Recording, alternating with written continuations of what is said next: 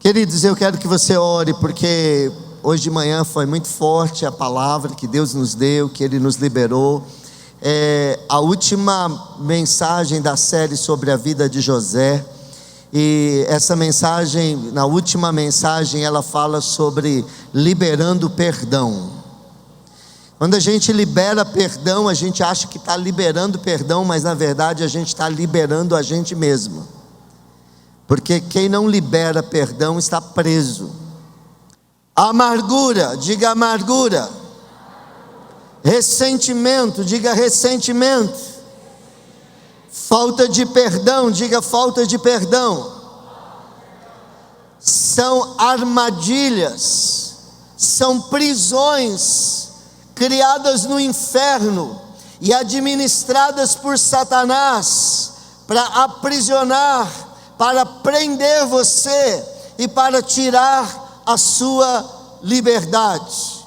Infelizmente, muitos filhos de Deus estão presos em armadilhas e prisões criadas por Satanás. Há um pregador que ele escreveu um livro e ele prega sobre isso.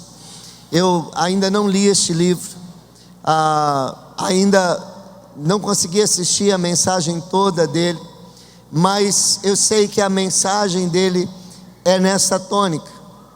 Alguns irmãos nossos foram na celebração da querida igreja co-irmã nossa, Deus é Fiel, e parece que o Senhor tem liberado uma palavra no mesmo sentido. O nome do livro e o nome da mensagem é A Isca de Satanás, A Isca do Diabo, de John Bevere. Então vale a pena ler este livro.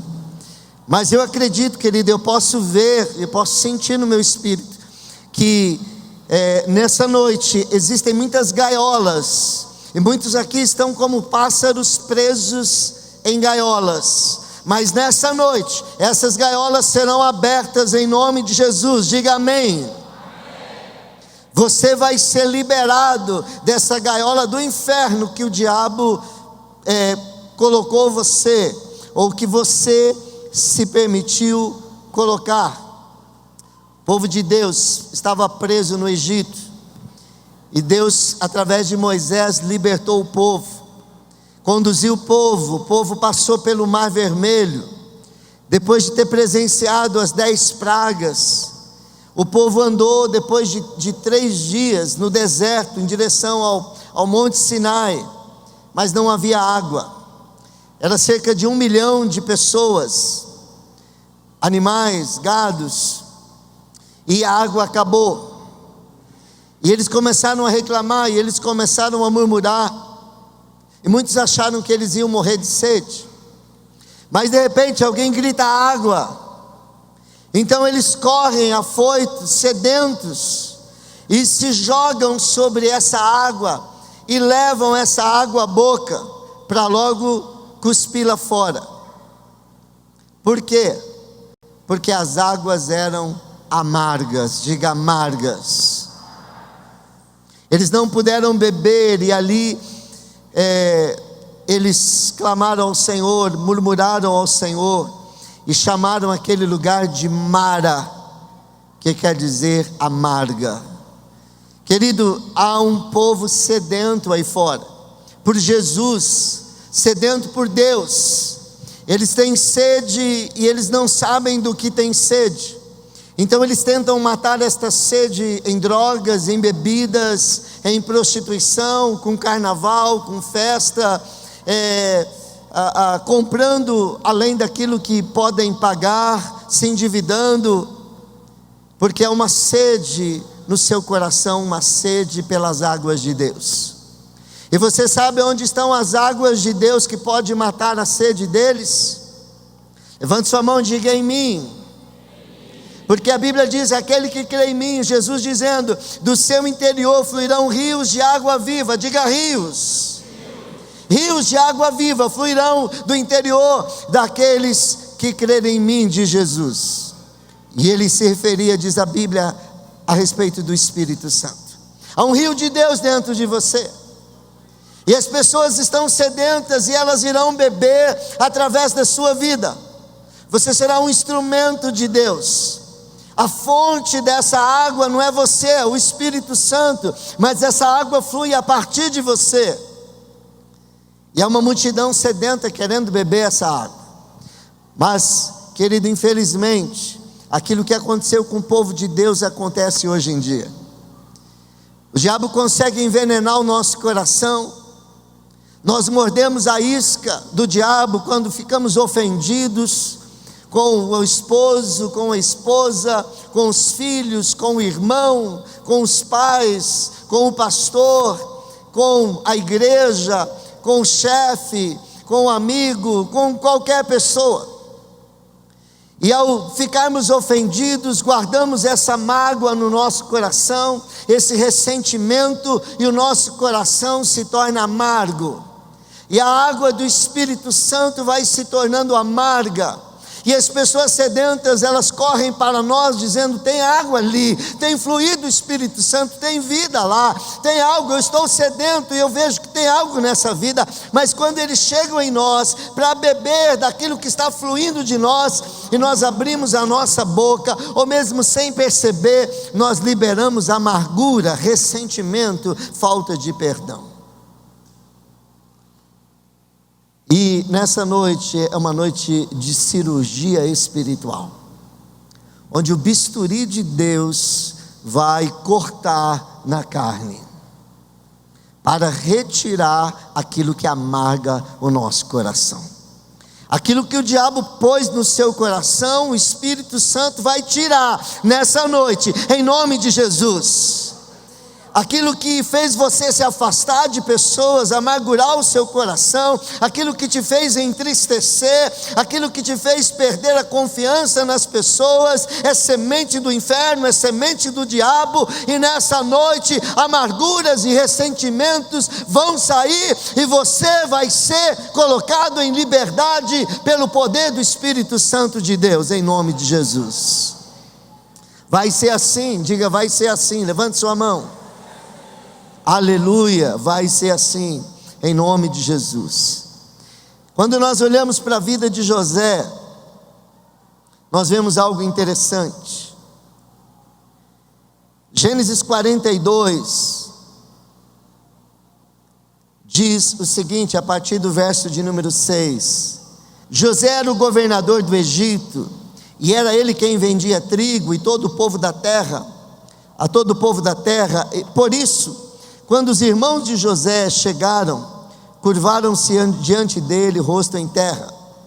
José reconheceu os seus irmãos logo que os viu, mas agiu como se não os conhecesse. E lhes falou asperamente: de onde vocês vêm? Responderam eles: da terra de Canaã, para comprar comida. José reconheceu os seus irmãos, mas eles não o reconheceram. Verso 9, é extraordinário. Lembrou-se então dos sonhos que tivera a respeito deles, e lhes disse: vocês são espiões, vieram para ver onde a nossa terra está desprotegida. Eles responderam: não, meu senhor, teus servos vieram comprar comida. Você se lembra da história? José era o filho caçula de uma família de 11 irmãos, pois ainda não havia nascido Benjamim, o filho mais novo. José era o mais novo. E essa família de 8 irmãos, filhos de Jacó, José era o preferido porque ele era o único filho legítimo da mulher preferida de Jacó. E José, ele era mimado. Mimavam a José. E José tinha sonhos, diga sonhos. Deus deu um sonho a José desde a juventude, porque ele tinha um chamado, ele tinha um propósito. Mas ele tinha sonhos, mas não tinha maturidade. Ele tinha sonhos e projetos de Deus, mas era um menino mimado, e ele precisava ser transformado em um homem.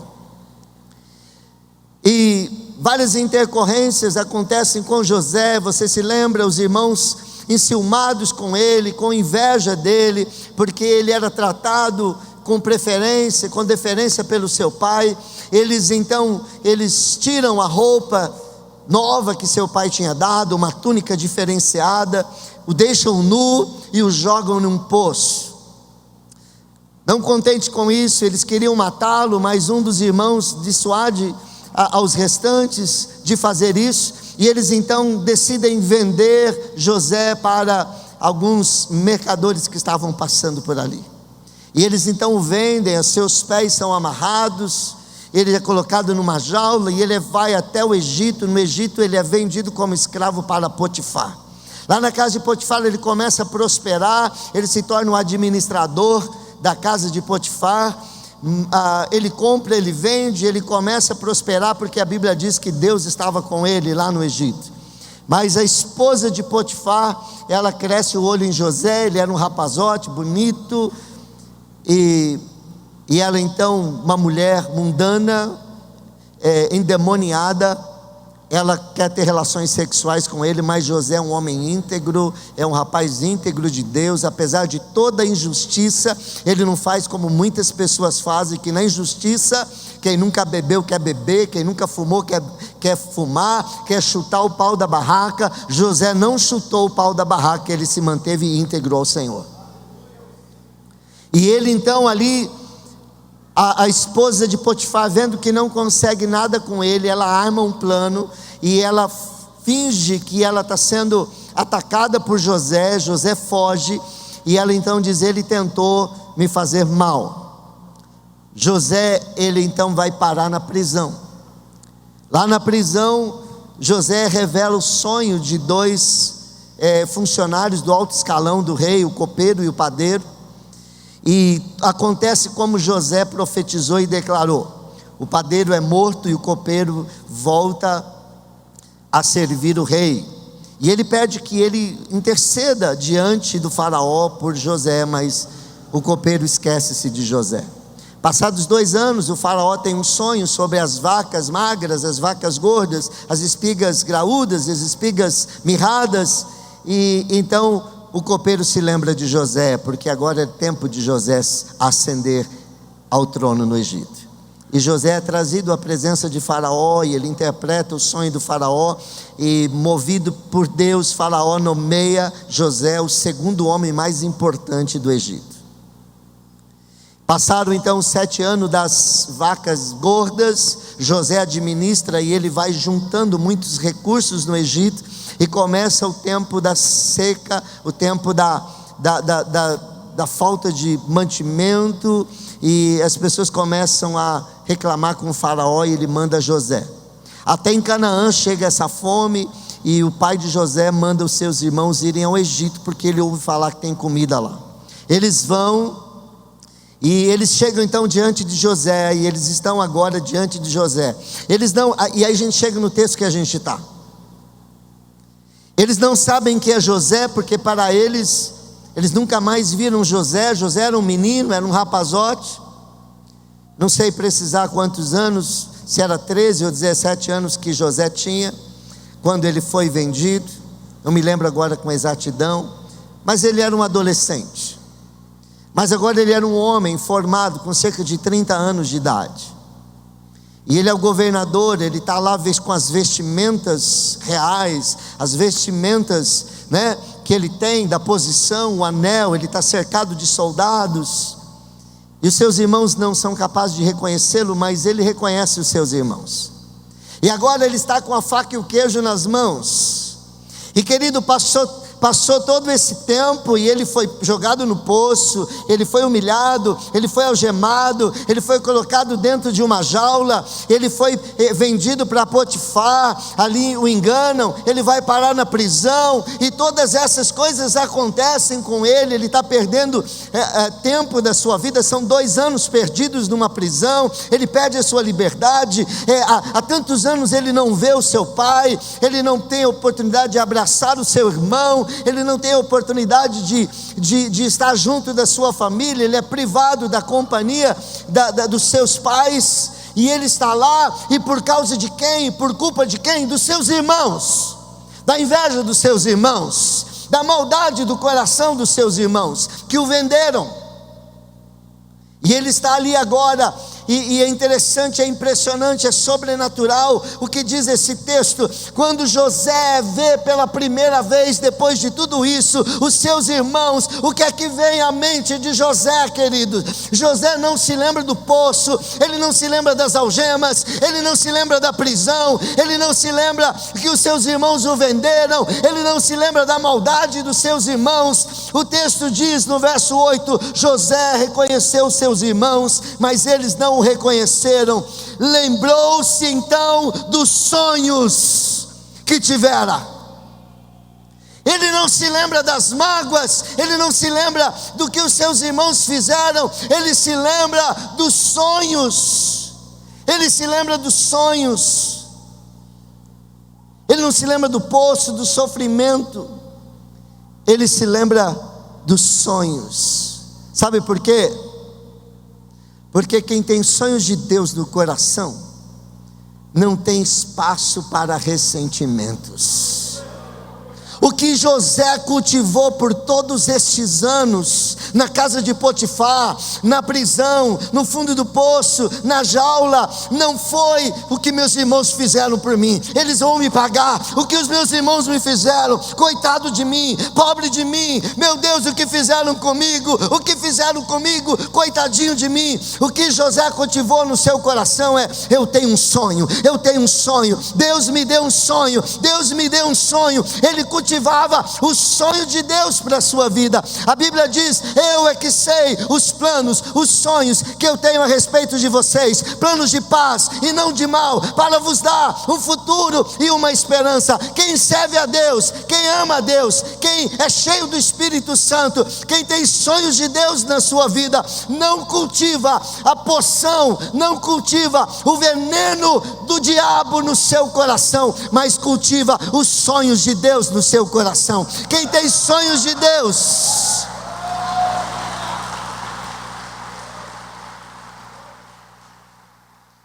quem tem sonhos de Deus não tem tempo para perder com ressentimentos, não tem espaço no coração, porque os sonhos de Deus são grandes, os projetos de Deus são sobrenaturais. Você não tem tempo quando você se abre para aquilo que Deus tem para você, para os projetos de Deus. Você não vai perder nenhum segundo pensando no que falaram de você, no que fizeram por você, como trataram você, porque você só vai ficar pensando: puxa vida, como será? O que é que Deus vai fazer? Vai ser grandioso, vai ser tremendo, vai ser extraordinário, vai ser sobrenatural. Você não vai ficar pensando: poxa, fulano fez isso, oh, o meu pai fez isso, minha mãe fez aquilo, meu irmão fez aquilo outro. Você só vai ficar pensando: Deus vai fazer isso, Deus vai fazer aquilo, a mão de Deus é extraordinária, Deus tem um plano sobrenatural para a minha vida. Amém, queridos? Então nessa noite decida a não ser envenenado pelos ressentimentos e amarguras do diabo, mas decida nessa noite, em nome de Jesus, ser empoderado, ser tomado pelos sonhos de Deus para a sua vida, em nome de Jesus.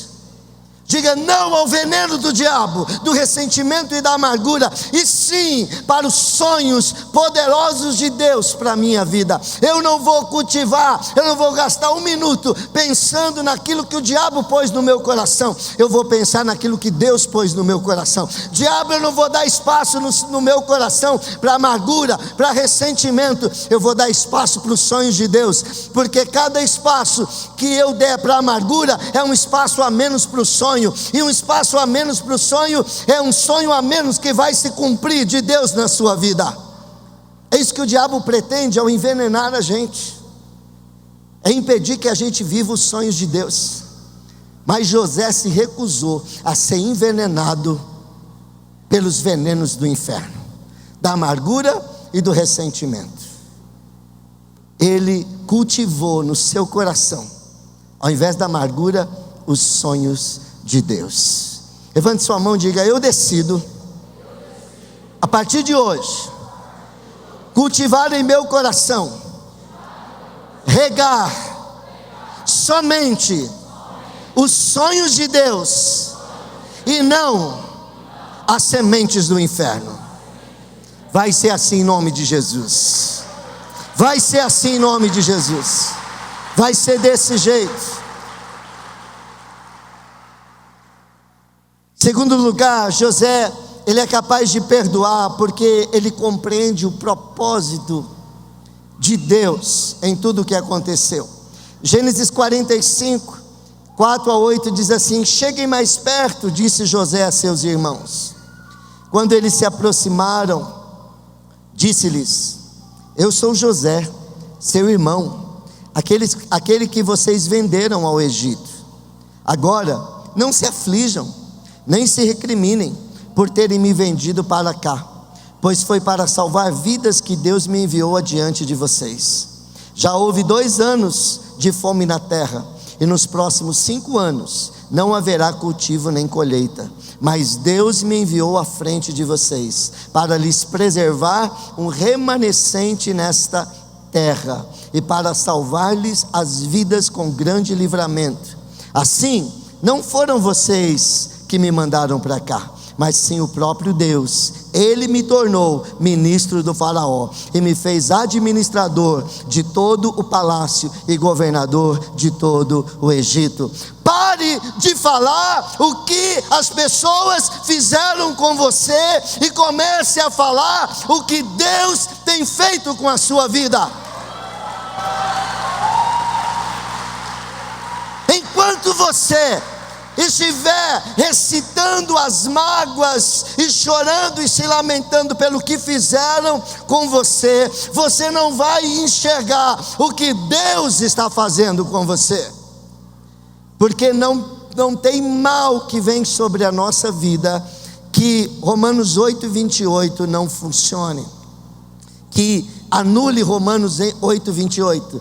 Deus trabalha em todas as coisas para o bem daqueles que o amam e são chamados segundo o seu propósito.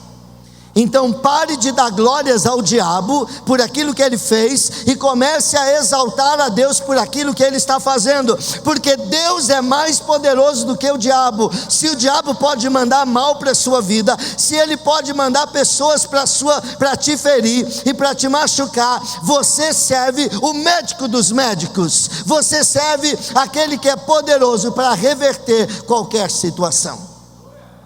Então pare de dar glórias ao diabo dizendo: fizeram isso comigo, falaram de mim, me machucaram, e olha o que fizeram comigo. Pare de recitar a mantra do inferno e comece a recitar os louvores dos céus para Deus, em nome de Jesus.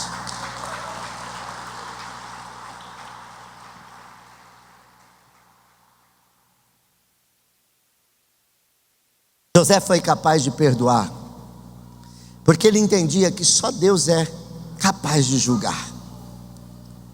Quando você é magoado por alguém e você não quer perdoar, literalmente você está falando: Deus, desce do trono, porque quem vai sentar nesse trono sou eu. Eu é quem vou julgar esta pessoa. Você acaba se colocando na situação, na posição de juiz do seu irmão, ou da pessoa, do seu pai, da sua mãe, do seu marido, da sua esposa, do seu filho, da pessoa que lhe feriu. Só Deus. Olha o entendimento de José. José foi capaz de perdoar porque ele sabia que somente Deus tem o direito de julgar. Gênesis 50, verso 16-21. Então mandaram um recado a José dizendo: antes de morrer, teu pai nos ordenou que te disséssemos o seguinte: peço-lhe que perdoe os erros e pecados de seus irmãos, que o trataram com tanta maldade. Agora, pois, perdoa os pecados dos servos do Deus do teu pai. Quando recebeu o recado, José chorou. Depois vieram os seus irmãos, prostraram-se diante dele e disseram: aqui estamos, somos teus escravos. José, porém, lhes disse: não tenham medo, estaria eu no lugar de Deus? Vocês planejaram mal contra mim, mas Deus o tornou em bem, para que hoje fosse preservada a vida de muitos. Por isso não tenham medo, eu sustentarei vocês e seus filhos. E assim os tranquilizou e lhes falou amavelmente. lhes falou amavelmente. A Bíblia diz que nós temos que amontoar brasas sobre a cabeça dos nossos inimigos. Para a gente ser chamado de filho de Deus, a gente tem que tratar bem a quem nos trata mal. Porque fazer bem para quem nos faz bem é fácil. Falar amavelmente com quem nos trata amavelmente é muito fácil. Agora, o difícil e o que se espera de um filho de Deus é fazer como Jesus: Pai, perdoa, eles não sabem o que fazem. É você não revidar, é você dar fome, dar comida ao teu inimigo, se ele tiver fome. Para terminar, algumas considerações. Perdão não é sentimento. Pastor, quando eu sentir no coração, eu perdoo. Me mostra na Bíblia, porque eu já li a Bíblia quase 10 vezes inteira, o Novo Testamento mais do que isso, pelo menos umas 20 vezes ou mais o Novo Testamento. Me mostra na Bíblia aonde está escrito que você precisa sentir para perdoar. Me mostra na Bíblia onde perdão na Bíblia é sentimento. Quando eu olho para a Bíblia, eu vejo que perdão na Bíblia é mandamento, é ordem. Se você não perdoa, você está quebrando esse mandamento. Então perdão é uma escolha. A Bíblia diz: suportem-se uns aos outros e perdoem as queixas que tiverem uns contra os outros. Perdoem como o Senhor lhes perdoou. Colossenses 3,13. Perdoar é cancelar a dívida. Mateus 6,12. Perdoa as nossas dívidas, assim como perdoamos aos nossos devedores. Nós perdoamos porque fomos perdoados. Efésios 4:32. Sejam bondosos e compassivos uns para com os outros, perdoando-se mutuamente, assim como Deus os perdoou em Cristo. Da mesma forma que Deus te perdoou, é que você tem que perdoar. Deus não te perdoou assim. Você conhece aquela história? Eu contei de manhã e eu não vou perder a oportunidade, eu vou contar de novo. Tem gente que acha assim: não, pastor, perdoar uma vez vai, mas duas não. Pisou na bola muitas vezes. Querido, quantas vezes você pisou na bola com Deus e Ele te perdoa todas as vezes? Só hoje, quantas vezes você ofendeu a Deus? Você quer que Deus trate você do jeito que você trata o irmão, a irmã, seu marido, sua esposa, seus pais, seus filhos? Não, Deus, comigo é assim. Uma vez vai, duas não. Eu sou como George Bush lá, como ele fala, né? Me engane uma vez e a culpa é sua. Me engane duas e aí a culpa é minha. Então, não é assim. Até quantas vezes eu tenho que perdoar? Pedro perguntou: até 7, não até 7, mas até 70 vezes 7 no dia. 70 vezes 7. Porque se nós não perdoarmos as nossas ofensas, o Pai também celestial não perdoará as nossas ofensas. Você quer que Deus te trata do jeito que você trata quem te ofendeu? Quem quer, quando se encontrar com Deus, misericórdia? Quem quer misericórdia? Quem quer justiça? Porque o ofendido, ele quer justiça. Ele quer que o outro pague. Não vai ter que pagar, me ofendeu. Quer justiça. Você quer justiça de Deus para você? Ou você quer misericórdia? Então a Bíblia diz: bem-aventurados misericordiosos, porque eles alcançarão misericórdia. Estenda misericórdia. Estenda misericórdia. Suportem-se uns aos outros. Perdoem. Eu estava esquecendo, né, a história. O camarada casou que nem a Chares. Cadê a Chares e o João? Casadinhos de novos, recém-casados, né? Duas formiguinhas no torrãozinho de açúcar. Só alegria. E eles então vão para a lua de mel numa linda carruagem. ela toda lá com aquele vestido de branco, cabelos esvoaçantes, ele vestido ali de terno, gravata, cavalo branco, aquela carruagem. Então ele vai, de repente o cavalo tropeçou, e ele falou: querida, mil perdões, querida, mil perdões, eu vou resolver isso. Ele desce, vai lá na orelha do cavalo e fala: primeira vez. Ele volta, sobe na carruagem, vai embora. De repente o cavalo tropeça de novo, ele segura o cavalo: querida, mil perdões, eu não sei o que está acontecendo. Ele desce, vai lá na orelha do cavalo e fala: segunda vez. Volta na carruagem, vai embora. O cavalo tropeça a terceira vez. Ele: querida, mil perdões de novo, não vai acontecer mais, eu prometo. Ele desce do cavalo, desce da carroça, chega no ouvido do cavalo e fala: terceira vez. Saca um revólver e dá um tiro no ouvido do cavalo. O cavalo tomba morto. A mulher lá de cima, desesperada, começa a gritar, ela começa a chorar, ela perdendo o controle, começa a xingá-lo de todos os nomes, dizendo: você é um bruto, você é um estúpido. E ele baixa a cabeça e ele não fala nada, ele não responde. Ela fala, não sei por quanto tempo ela falou, e ela soltou todos os cachorros em cima dele. E a hora que ela termina, então ele olha para ela e fala: terminou? Ela diz: terminei. E ele fala: primeira vez.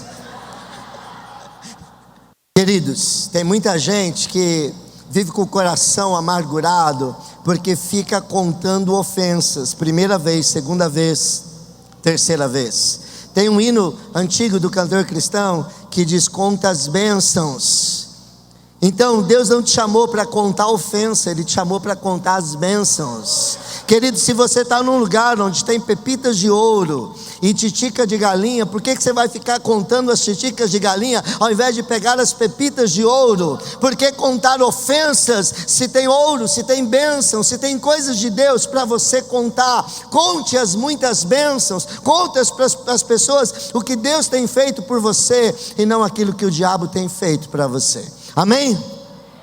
É assim que temos que agir. Não perdoar é perigoso. Não perdoar é como tomar veneno e querer que o outro morra. Não perdoar é ficar unido emocionalmente e espiritualmente à pessoa que te ofendeu. Você está algemado a ela. Não perdoar intoxica a alma, o corpo, o espírito.